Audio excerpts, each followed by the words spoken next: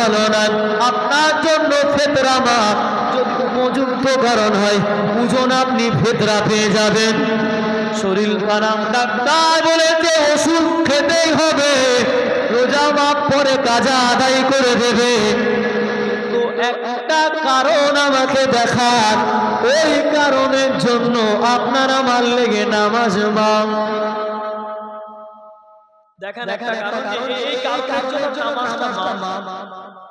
কোন কারণে নামাজ মাপ নয়। আল্লাহ পাক এক একবার বলেনি, এক একবার বলেনি, ৮২ বার জানিয়ে দিয়েছে ওয়াকিমুস সালাত, তোমরা নামাজ আদায় করো, নামাজকে কায়েম করো, নামাজটাকে প্রতিষ্ঠিত করো, নামাজের মাকামটা বাড়িয়ে দাও। আল্লাহ পাক নামাজের কথা বললেন, বলেন তো দেখি আল্লাহ পাক একবারও বলেছে কি? হুজুর একবারও বলেছে। এই কারণে নামাজ মাপ। কোন মুফতির ফতোয়া পাবেন না, কোন গাজী কোন পীরের ফতোয়া মিলাতে পারবেন না। এই ক্ষেত্রে নামাজ মাপ। নামাজ একজনাদের ক্ষেত্রে কিছু সময়ের জন্য ছাড় দিয়েছে, সেটা হলো মহিলাদের ক্ষেত্রে। কিন্তু পবিত্র হালাতে যদি কোন মহিলা যদি নামাজ আদায় না করে, ওটার কিন্তু কড়াই গান্ডা হিসাব কিন্তু কবরে হবে। তাহলে পবিত্র হালাতে যদি কোনো মহিলাও যদি নামাজ আদায় না করে, তার জন্য কিন্তু কবরে ছাড় ছাড় প্রকাশ্য বলে দেবে, তোমার জন্য নামাজটা ছাড় ছিল। সব এবারে নামাজ একটা কারণের লেগে নামাজ মাপ। আমার আদায় আপনাকে আমাকে করতে হবে। আপনি জলসা শুনলেন, জলসা শোনাটা আপনার লেগে ফরজ না, জলসায় বসাটা আপনার লেগে ফরজ না।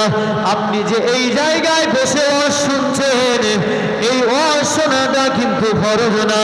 ওয়াজ শোনা ফরজ না, ওয়াজ শোনা সুন্নাত না, ওয়াজ শোনা ওয়াজিব না, ওয়াজ শোনা সুন্নতে গয়ের মুআক্কাদা না।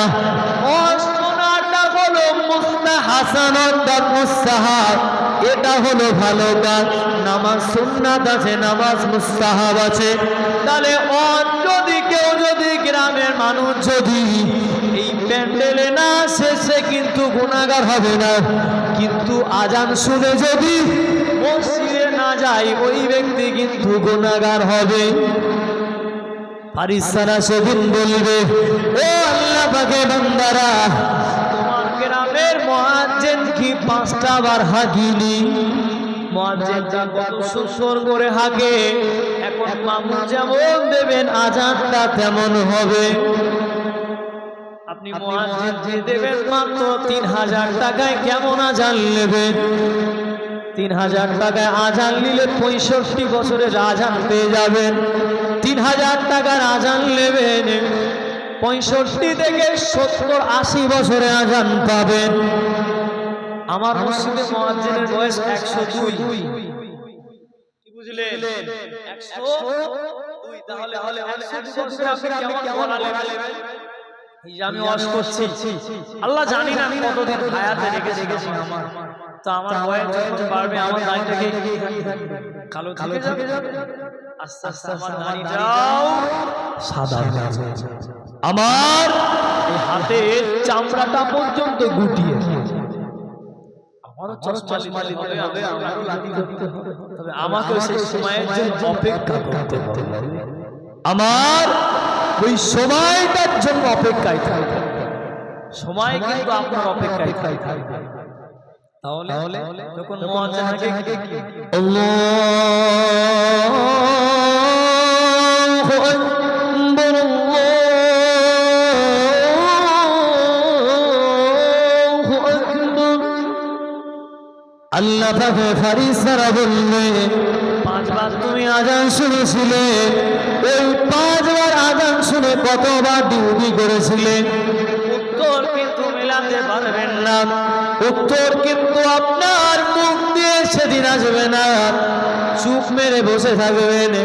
তবে সেই দিন চুপ করে বসে থাকলেও আল্লাহ পাকের ফারিস্তারা কি কিন্তু চুপ করে থাকবে না। আপনি চুপ থাকবেন, ফেরেশতারা থাকবে এক চুল পরিমাণ চুপ থাকবে। ওদের যা দায়িত্ব সে দায়িত্ব করো। আল্লাহ পাকের ফেরেশতারা আপনার আমার লেগে বলবে, এখানে যারা বসে রয়েছেন, মায়েরা যারা রয়েছেন, সবার কিন্তু কবরের সওয়ালটা মুখস্থ। মান রব্বুকা, আমাদের রব হবে আল্লাহ। মান নাবিয়ুকা, আমাদের নবী নেতা মুহাম্মদ সাল্লাল্লাহু আলাইহি ওয়াসাল্লাম। মা দীনুকা, আমাদের ধর্মটা ইসলাম। তাহলে তো যদি সবার মুখস্থ থাকে, তাহলে মনে হয় নামাজ আর লাগবে না, রোজা লাগবে না, হজ লাগবে না, যাকাত লাগবে না। কি বুঝি বলেন তো, যদি মুখস্থ থাকে তাহলে লাগবে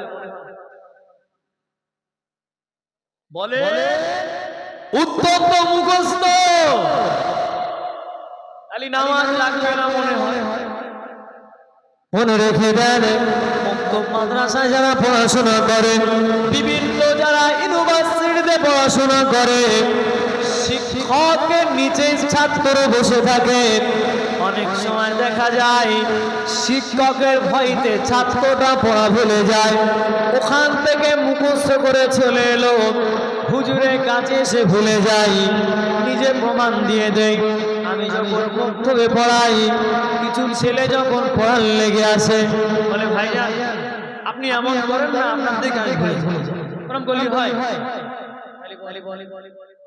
তাহলে আমি কেউ না, সাধারণ মানুষ, আমার দেখেও পড়া ভুলে যায় মাঝে মাঝে, ছড়ি হাতে থাকে না কিছু না। বলে ভাইজান আপনি চোখ চোখে আপনি বললে আপনার জন্য এই পড়াটা ভুলে গেছি। ঠিক ঠিক এই ভাই, অথচ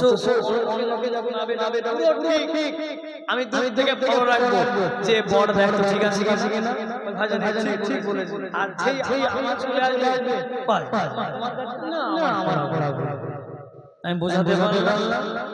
তাহলে এটা দুনিয়া সিস্টেম এমন।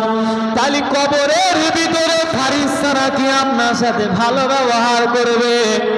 ওই ফেরেশতা কি বলেছিল, আম্মা জান ফাতেমাকে যখন কবরে রাখা হবে, আম্মা জান ফাতেমাকে যখন রাখা হবে, ওই কবরটা জানিয়ে দিয়েছিল। ওই কবরে আবু জাহল কে বলেছিল, কবর সাবধান হয়ে যাও, সাবধান হয়ে যাও, তোমার ভিতরে খাতুনে জান্নাতকে রাখা হবে। ওই কবর সেদিন বলেছিল, এ আবু জাহল গেফারি, আমি কবর কিন্তু কাউকে চিনব না। ও আবু জাহল গেফারি, আমি কবর কারণ লেগে কিন্তু আসি না।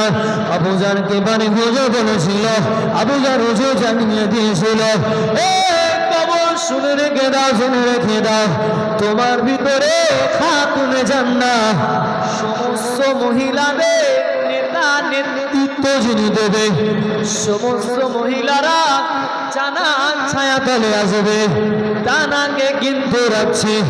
ওই কবর সেদিন বলেছিল, ও আবু জাহল গেফারি, তবে শুনে রেখে দাও, জেনে রেখে দাও, আমি কবর যার আমলটা ভালো হবে, আমি তার সাথে বলতে হবে না, আমি কবর আমাকে জ্ঞান দিতে হবে না, আমি কবর তার সাথে ভালো ব্যবহার করব।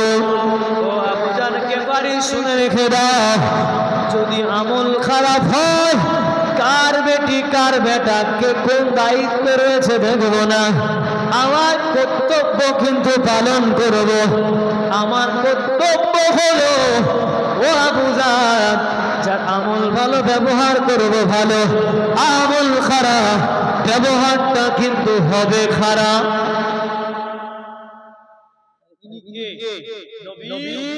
কন্যা,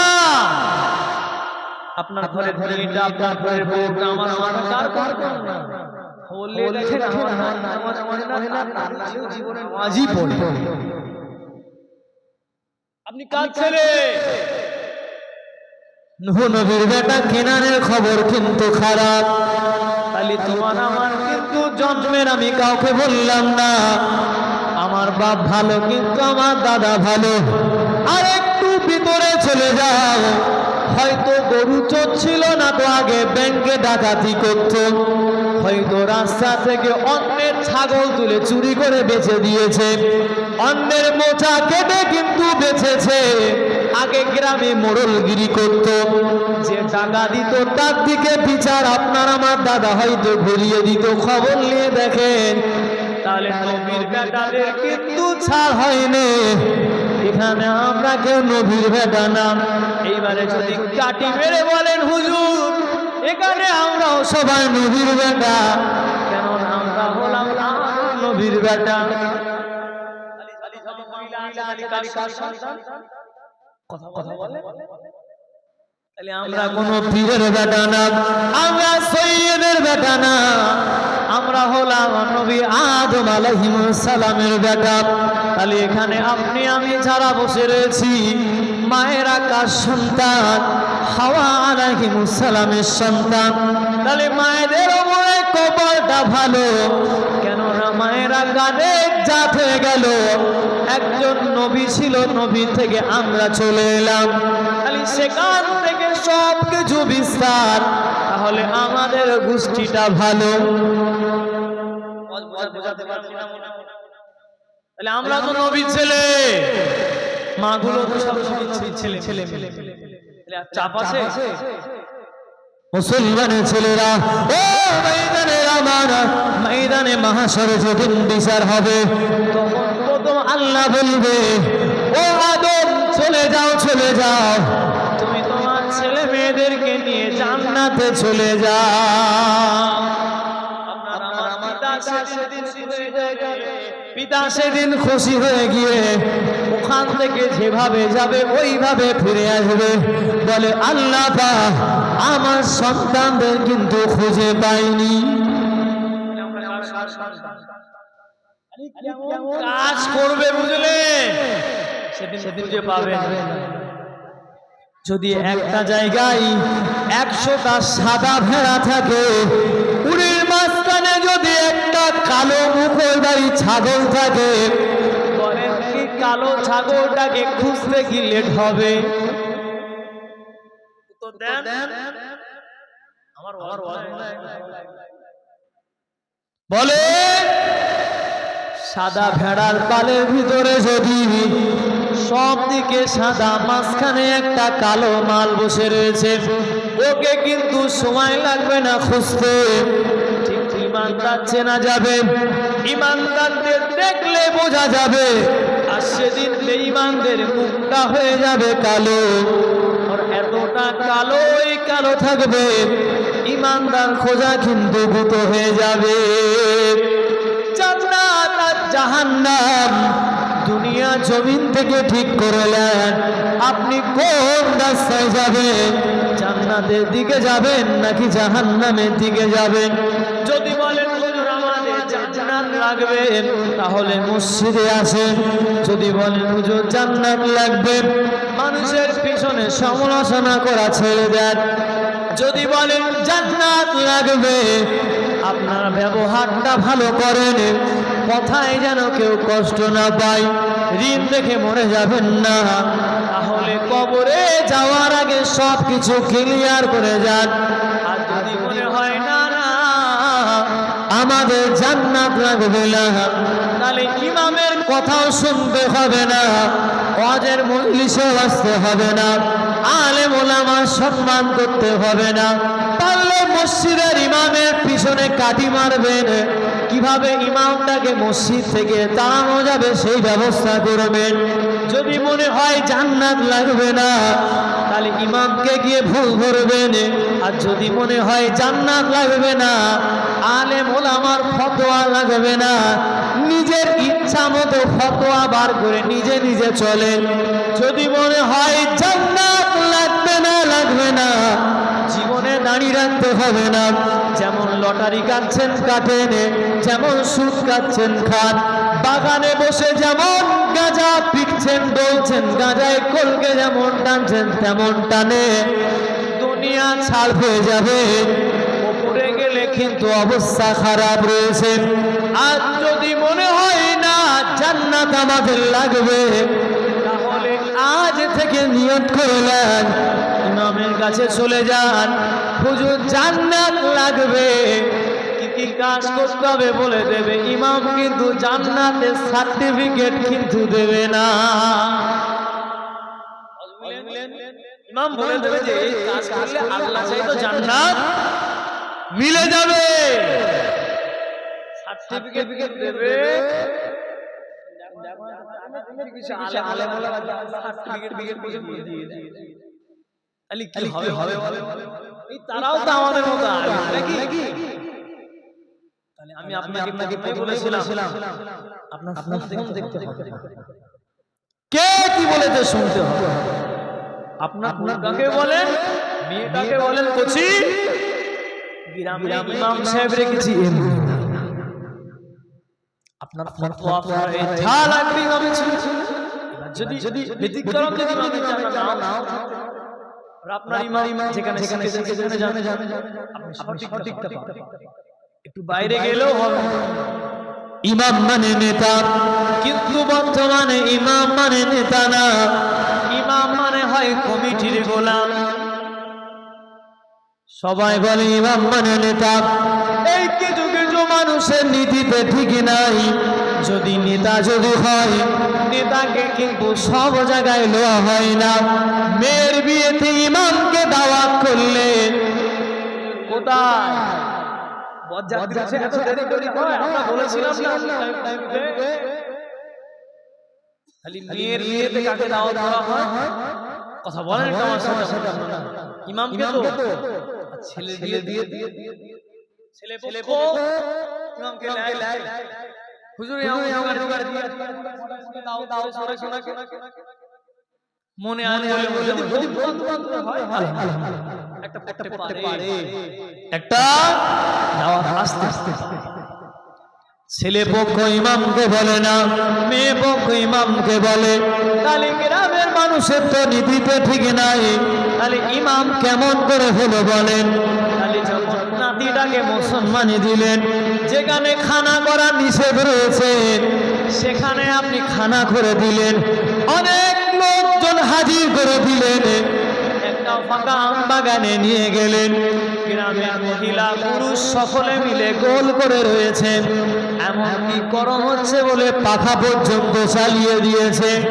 গোল করে একটা ছোট বাচ্চা গুপ্ত অঙ্গকে গ্রামের মানুষকে দেখানো হচ্ছে। আল্লাহ পাক প্রথমে সৃষ্টি করেছে মানুষের গুপ্ত অঙ্গ, আর সেই অঙ্গটাকে হেফাজত করতে বলেছে। আর ছোটবেলায় হাজামকে রেখে গোল করে সবাইকে দেখানো হচ্ছে। এটা হবে কিন্তু নাজায়েজ, হারাম হয়ে যাবে। তাহলে ছোট থেকে এই শিক্ষা কিন্তু আমাদের সমাজ থেকে তুলতে হবে। তাহলে হাজা মানলে, নাজায়েজ কাজ করলে, যে কাজটা করার কথা গোপনে সেটা করলে প্রকাশ্য, আর যে কাজটা করার কথা প্রকাশ্য সেটা করলে গোপনে, ইসলামটা মানলে কোথায় বলেন? ঠিক আছে, হয়ে গেল কাজ। সবাইকে বিয়ে বাড়ি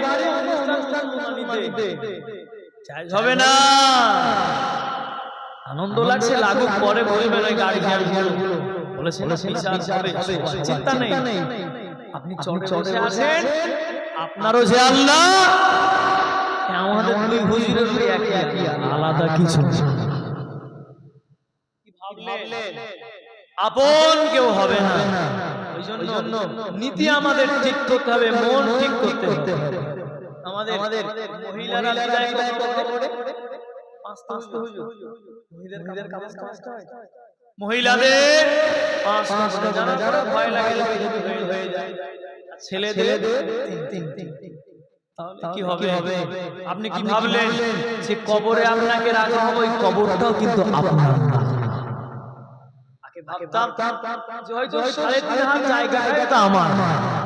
কিন্তু বোঝে যারা কবর করে তাদের জিজ্ঞাসা করেন, কবর খুঁড়তে খুঁড়তে কত মানুষের মাথার হাড় কবরের উপরে, কবর হলো ও জায়গাটাও আমার। চিন্তা করেন আপনারা কোন রাস্তায় বাড়ি দেবেন যে আমার বিচারটা সহজ হবে, নিজে পেয়ে যাবে। ওই জন্য আমার নবী বলে, 3 কাপড়ে পুরুষ বিদায়, 5 কাপড়ে নারী।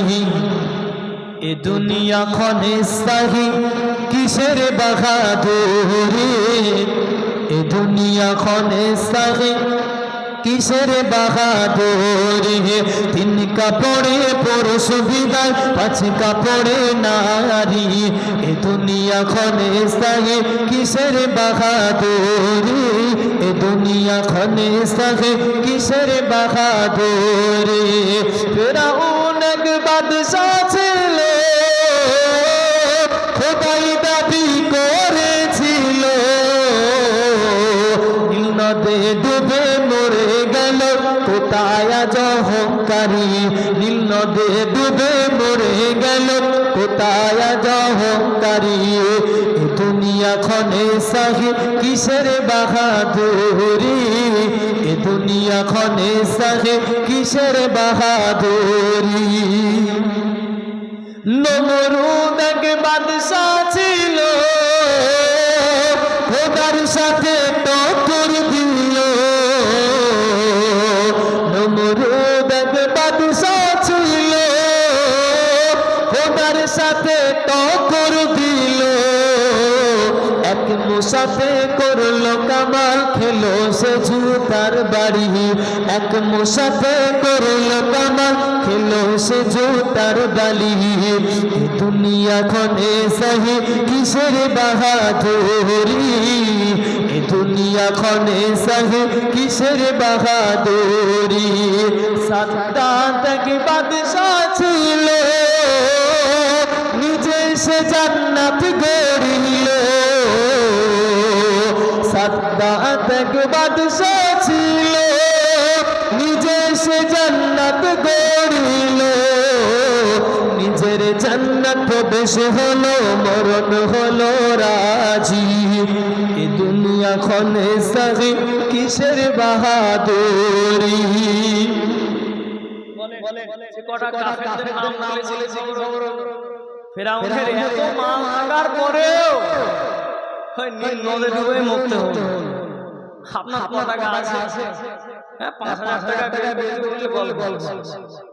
ওই কপি করলে এখন থেকে ৪ তুই লাভ করবে, তাহলে বলে কত টাকা আছে আপনার? ফেরাউন অবাক ছিল। হ্যাঁ, সাদ্দাত এত খুশি হইল।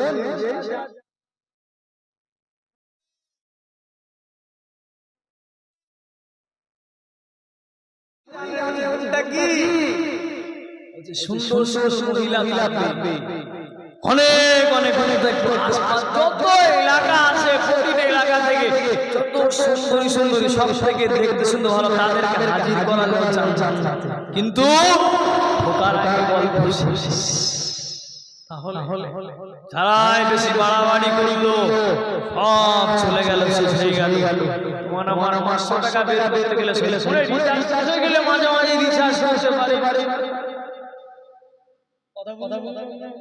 ফোনে রিচার্জ না থাকলে মাঝে মাঝে অসুবিধা হয়ে যায়, হয়ে গেল রিচার্জ করিনি, তাদের মালের অভাব ছিল না, সব এই জন্য অহংকার করে লাভ হবে, অহংকার করে সব বেকার। আসেন আসেন, ইয়া নবী